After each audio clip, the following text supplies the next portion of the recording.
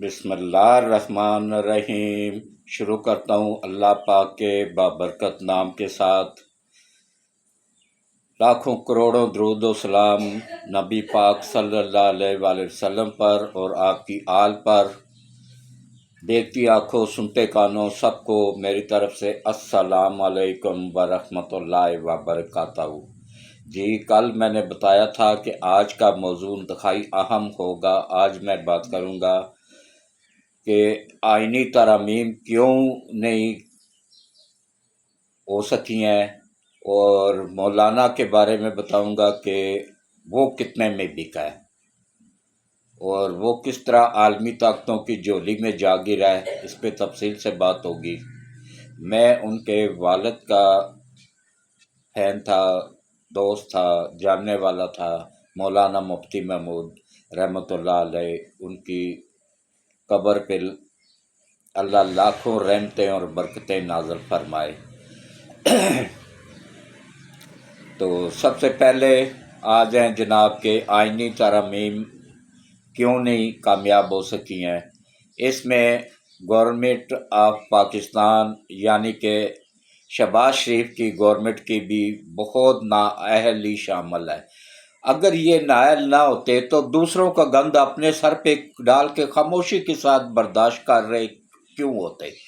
باقاعدہ میڈیا میں آ کے بتاتے کہ بھائی یہ جو بجلی کے بلوں کا ایک طوفان آیا ہوا ہے، گیس کے بلوں کا، اور بجلی کے بلوں میں جو سب سے زیادہ یہ سٹارٹ کیا تھا پیپلز پارٹی کے دور میں سٹارٹ ہوا تھا۔ اس وقت پیپلز پارٹی کے لوگوں کے 36 کارخانے لگائے گئے تھے بجلی کے۔ اس کے بعد پھر آیا جناب نواز شریف کا دور، اس میں 56 کارخانے لگائے گئے نون لیگ کے لوگوں کے۔ پھر آیا پی ٹی آئی کا دور، تو پی ٹی آئی کے دور میں نہ صرف 46 کارخانے نئے لگائے گئے پی ٹی آئی کے لوگوں کو فائدہ پہنچانے کے لیے، بلکہ اس میں ان کے ایگریمنٹ کو جو ختم ہو چکا تھا مزید 10 سال کے لیے بڑھا دیا گیا، اور اس میں یہ شک بھی ڈال دی گئی جس کی وجہ سے بجلی کے بل بڑھے ہیں کہ کارخانہ چلے یا نہ چلے، وہ 1 یونٹ بھی بجلی بنائیں یا 1000 یونٹ بنائیں، ان کو پیمنٹ پوری کی پوری ادا کی جائے گی۔ جو ایگریمنٹ میں پیمنٹ لکھی ہوئی ہے نا وہ ڈالروں میں دی جائے گی۔ یہ ہمارے آدھے سے زیادہ ڈالر تو یہ منحوس 3 وہ کھا رہی ہیں۔ اس میں پیپلز پارٹی بھی شامل ہے، اس میں نون لیگ بھی شامل ہے، اس میں یہ بھی شامل ہے، کیا نام ہے، پی ٹی آئی بھی شامل ہے، جو اپنے آپ کو دودھ کا دھلا ہوا بنا رہے ہیں۔ یہ سب تینوں پارٹیاں مل کے ملک کو تباہ کر رہی ہیں، لوٹ رہی ہیں، کھا رہی ہیں۔ لیکن یہ 2 پارٹیاں پیپلز پارٹی اور نون لیگ کم از کم ملک کی وفادار ہیں، لیکن پی ٹی آئی جو ہے نا وہ ملک کی وفادار بھی نہیں ہے، نہ صرف ملک کی وفادار نہیں ہے بلکہ ملک کی غدار بھی ہے۔ تو یہ اس وجہ سے بجلی اور گیس کے ریٹ بڑھ رہے ہیں۔ اب اس کو کوئی چیلنج بھی نہیں کر رہا، عام بندہ ہی کوئی چیلنج کر لے، اور سپریم کورٹ کے ان کرپٹ ترین ججوں کو میں چیلنج کرتا ہوں کہ کم از کم ان اپنے جو لگتے ہیں تم لوگوں کے کچھ، ان سے تو عوام کو بچاؤ نا، کس لیے انصاف کی کرسی پہ بیٹھے وہ؟ یا چھوڑو اور دفاع ہو جاؤ اپنے گھروں کو، اگر نہیں انصاف دے سکتے تو۔ دونوں ہاتھوں سے لوٹا جا رہا ہے عوام کو بجلی گیس کے بلوں میں۔ تو اب پیٹرول میں کچھ ریلیف ملا ہے، وہ بھی اللہ کی طرف سے غیبی مدد ہوئی ہے کہ عالمی مارکیٹ میں ریٹ کم ہوئے ہیں۔ اب اللہ کرے 25 کو یہ ہو جائے۔ ہاں، اس میں ناکامی کے بعد اب وہی وہ منحوس کرپٹ چیف جسٹس بن رہا ہے، وہ شاہ صاحب، اس کو شاہ کہنا بھی شاہوں کی توہین ہے، وہ شاہ کہلانے کے قابل بھی نہیں ہے، اور اس کے کسی بھی غیر قانونی فیصلے کو ماننے کی گورنمنٹ آف پاکستان پابند نہیں ہے۔ یہ 2 ججوں نے اپنے نوٹس میں بھی لکھا ہوا ہے، لیکن یہ بزدل گورنمنٹ ہے۔ یہ جتنی بزدل یہ ثابت ہوئی ہے نا، شاید ہی پاکستان کی تاریخ میں کوئی اتنی بزدل گورنمنٹ آئی ہو۔ اس کے بعد ہاں اب آپ آ جائیں جناب مولانا کی طرف۔ مولانا بالکل پہلے ٹھیک تھا کل تک. اچھا ان سیاستدانوں کی تو میں شروع سے ہی بات کرتا رہتا تھا کہ ان کی زبان ہے ہی نہیں. لیکن یہ جو عالم نام نہاد عالم دین بنا ہوا ہے اس کی بھی کوئی زبان نہیں ہے.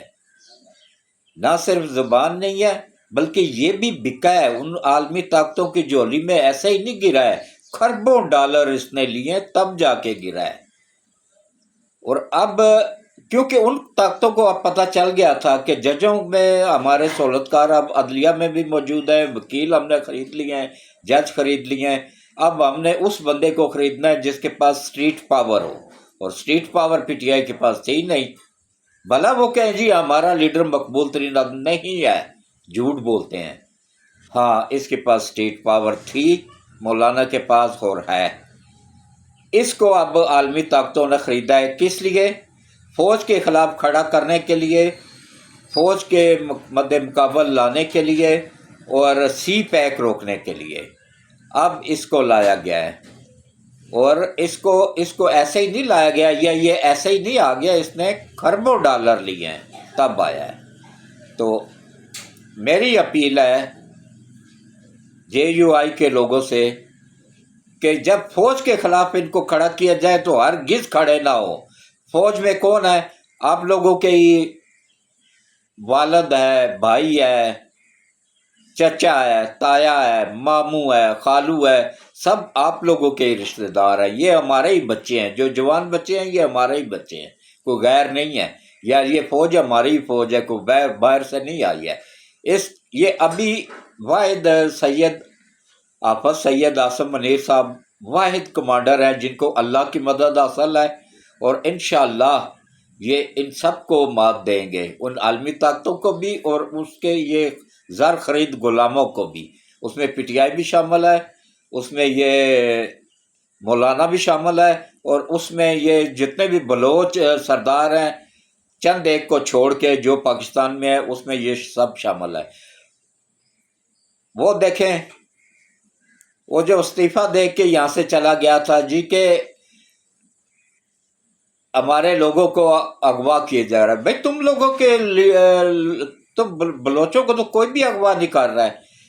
جو جس کا بھی نام اس میں آتا ہے نا کہ بھائی اس کو یہ غائب ہو گیا ہے, وہ جا کے تو ٹریننگ لے رہا ہوتا ہے انڈیا سے, راہ سے, موساد سے اور سی آئی اے سے, اپنی فوج کے خلاف لڑنے کے لیے, اور ڈالر وصول کر رہا ہوتا ہے. ابھی یہ دبئی میں سب کٹھے ہوئے ہیں, وہ تصویریں دیکھ لیں, آگے ہی میڈیا کا دور ہے, اس میں کچھ بھی چھپ نہیں سکتا ہے. وہ مانور بلوچ ہے جو, اس کی تو باقاعدہ آڈیو پکڑی گئی ہے جس میں وہ بندہ جو ایجنٹ ہے عالمی طاقتوں کا اس سے مطالبہ کر رہا ہے کہ بھائی ہم نے تمہیں 60 کروڑ روپیہ دیا ہے اور تم نے وعدہ کیا تھا کہ میں 25-30 ہزار بندہ لے کے آؤں گی, تمہارے ساتھ تو وہ 5,000 بندہ بھی نہیں ہے, 2,000 بندہ بھی نہیں ہے, لہذا آپ ہمارے پیسے واپس کرو. وہ کال ٹریس ہو گئی ہے. یہ منحوس جج, کرپٹ جج, اللہ ان کی نسلوں کو بھی تباہ کرے. کہ یہ کہہ رہے تھے نا بھائی ریکارڈنگ کیوں کرتی ہے ہماری ایجنسیاں, یہ اس وجہ سے ریکارڈنگ کرتی ہیں, یہ ان غداروں کو پکڑنے کے لیے اور تم جیسے منحوس کرپٹ ججوں کو پکڑنے کے لیے. اب انشاءاللہ اللہ کی مدد حاصل رہے گی, اور نہ صرف اللہ نبی پاک صلی اللہ علیہ وآلہ وسلم کے صدقے اس ملک کی حفاظت کرے گا, بلکہ عوام کو اب چاہیے کہ سید آصم منیر صاحب کا ساتھ دیں, آفت صاحب کا ساتھ دیں, اپنی افواج کے ساتھ کھڑے ہو جائیں. اور یہ جو عالمی طاقتوں کا منصوبہ ہے نا فوج کو عوام سے لڑا کے کمزور کرنے کا, ان کا مورال ڈاؤن کرنے کا, یہ باقی ملکوں میں بھی یہی ہوا ہے. وہ دیکھ لیں لیبیا کے لوگ آج معمر قذافی کو یاد کر رہے ہیں نا, پہلے ان کی بجلی فری تھی, گیس فری تھی, قرضے آسانی کے ساتھ میں گاڑی خریدتے تھے, آدھا پیسہ گورنمنٹ دیتی تھی, اور اس کے بعد شادی کرتے تھے سارا خرچہ گورنمنٹ کا, پڑھائی بالکل جہاں تک پڑھے, F A B A engineer بنے, ڈاکٹر بنے, پائلٹ بنے, جو بھی بنے نا بالکل فری تھا. اب پیسے لے رہے ہیں, اب ان کو ڈنڈا چڑھا ہے نا نیچے سے لے کے تو منہ سے باہر نکلا ہے دڑا مرچ والا, تو اب ان کو بھی یاد آیا ہے صدام حسین.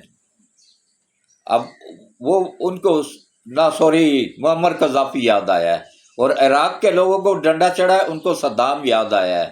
اسی طرح تم لوگوں کو یہ حافظ یاد آئے گا، اس سے پہلے کان کھول لو، میڈیا کا دور ہے، سنبھال لو اپنے آپ کو اور اس کا ساتھ دو، ان عالمی طاقتوں کا ساتھ مت دو۔ میں تو 75 سال کا ہو گیا ہوں، میں کسی کے باپ سے بھی نہیں ڈرتا ہوں، ڈرتا ہوں تو صرف اللہ کی ذات پاک سے۔ تو میں نے تو آج نہیں تو کل چلے جانا ہے۔ یہ تم لوگوں کا مستقبل ہے سی پیک، اس کو بننے دو، اس کو روکنے والوں عمران نیازی کو دفع کرو، لعنت ڈالو اس پہ اور اس کو جیل میں سڑنے دو، وہ اب اللہ کی پکڑ میں آیا ہوا ہے۔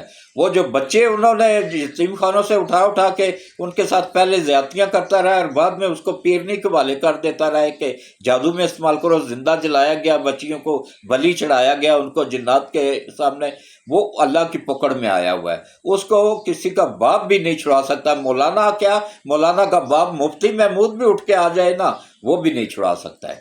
یہ بھول جائے، مولانا کی بھی بھول ہے کہ وہ اس کو چھڑا لے گا یا پریشر ڈال لے گا، نہیں ڈال سکتا ہے۔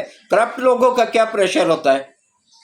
بکاؤ لوگوں کا کوئی پریشر نہیں ہوتا ہے، نہ ہی ان کے ساتھ اللہ کی مدد ہوتی ہے، اور جس کے ساتھ اللہ کی مدد حاصل نہ ہو وہ کچھ نہیں کر سکتا ہے۔